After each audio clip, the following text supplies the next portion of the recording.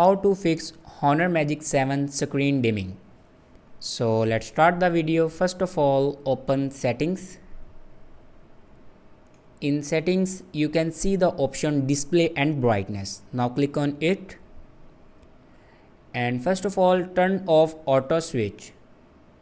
After turning off auto switch, then turn off dark mode. For turning off your dark mode, then select light. If you can select light, your dark mode will be turned off. After turning off your dark mode, then go back to your home screen and restart your device. For restart your device, press and hold power button and then click on restart. After restart your device, open settings and scroll down and click on system and updates.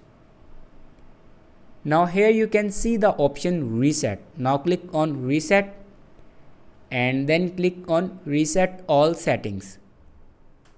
And then again click on reset all settings. After reset all the settings, your problem will be fixed. Thanks for watching this video.